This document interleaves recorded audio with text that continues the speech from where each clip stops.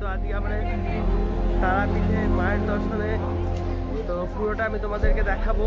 আমরা ঢুকছি, এন্টার গেটে আছি, এখনো মায়ের মন্দির পৌঁছায়নি। দুপাশে দেখো অনেক দোকান টোকান আছে। হ্যাঁ, তো ভিতরে আরো সবটা দেখাচ্ছি, মায়ের মন্দির দেখাচ্ছি। তো চলো,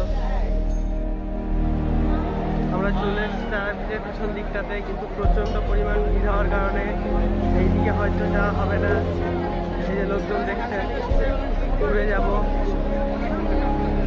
দেখুন কি পরিমাণ ভিড় আজকে তারাপীঠ মন্দিরে, এত পরিমাণ লোক আছে যে বলার নয়।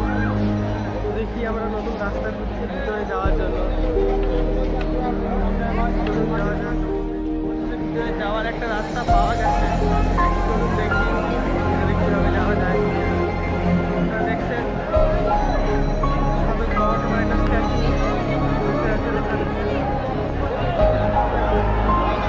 চারিদিকে সুন্দর মায়ের নামে।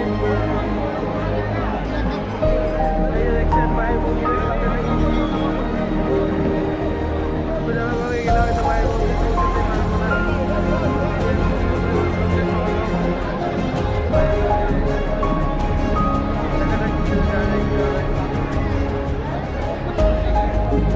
মায়ের যাওয়ার রাস্তাটা দেখুন, এখান থেকে শুরু করে এই যে লোক যাচ্ছে টার্নিং নিয়ে পুরোটা ভিতরে মায়ের মন্দির।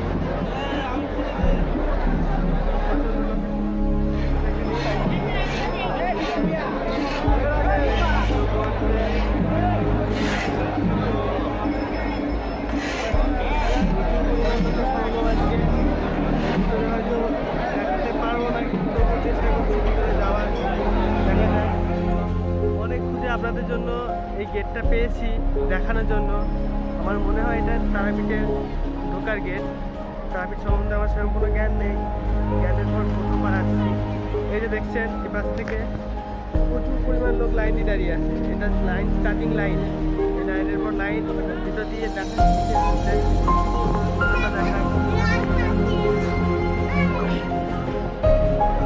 দেখছেন পাশে পুকুর, অনেক বড় পুকুর। এই যে তারাপীঠের লাইন, ভিতরটা দেখুন কত পরিমাণ লোকজন এখন লাইন দিয়ে দাঁড়িয়ে আছে। হ্যাঁ, তো আমি এদিকে যাবো না, এই লাইন গিয়ে ভিতর দিয়ে যাবো।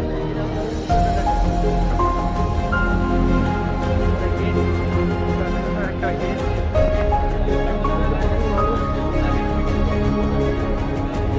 মানুষ এখানে ডালা কিনে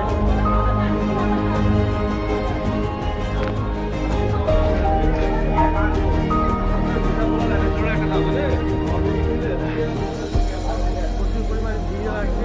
এই রাস্তাটুকু ফাঁকা থাকায় এই রাস্তাটুকু দিয়ে যাচ্ছি। কিন্তু ভিতরে আপনাদেরকে দেখিয়েছি প্রচুর মানুষের সমাগম, হাজার হাজার লোক লাইন দিয়ে দাঁড়িয়ে আছে। চেষ্টা করবো ভিতরে গিয়ে মায়ের মন্দির দেখানো, দেখা যাক।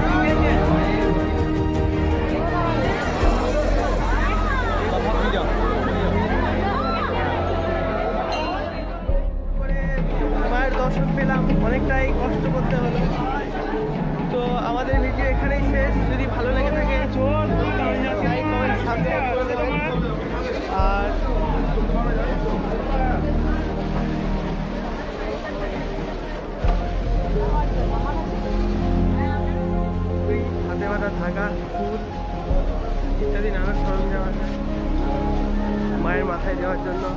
জানি না কি নাম বলে, ফুল, জবা ফুল, জবার মালা। এখানে আছে জবা, গাঁদা, ডালিয়া, বেলপাতা ইত্যাদি নানা ফুল আছে।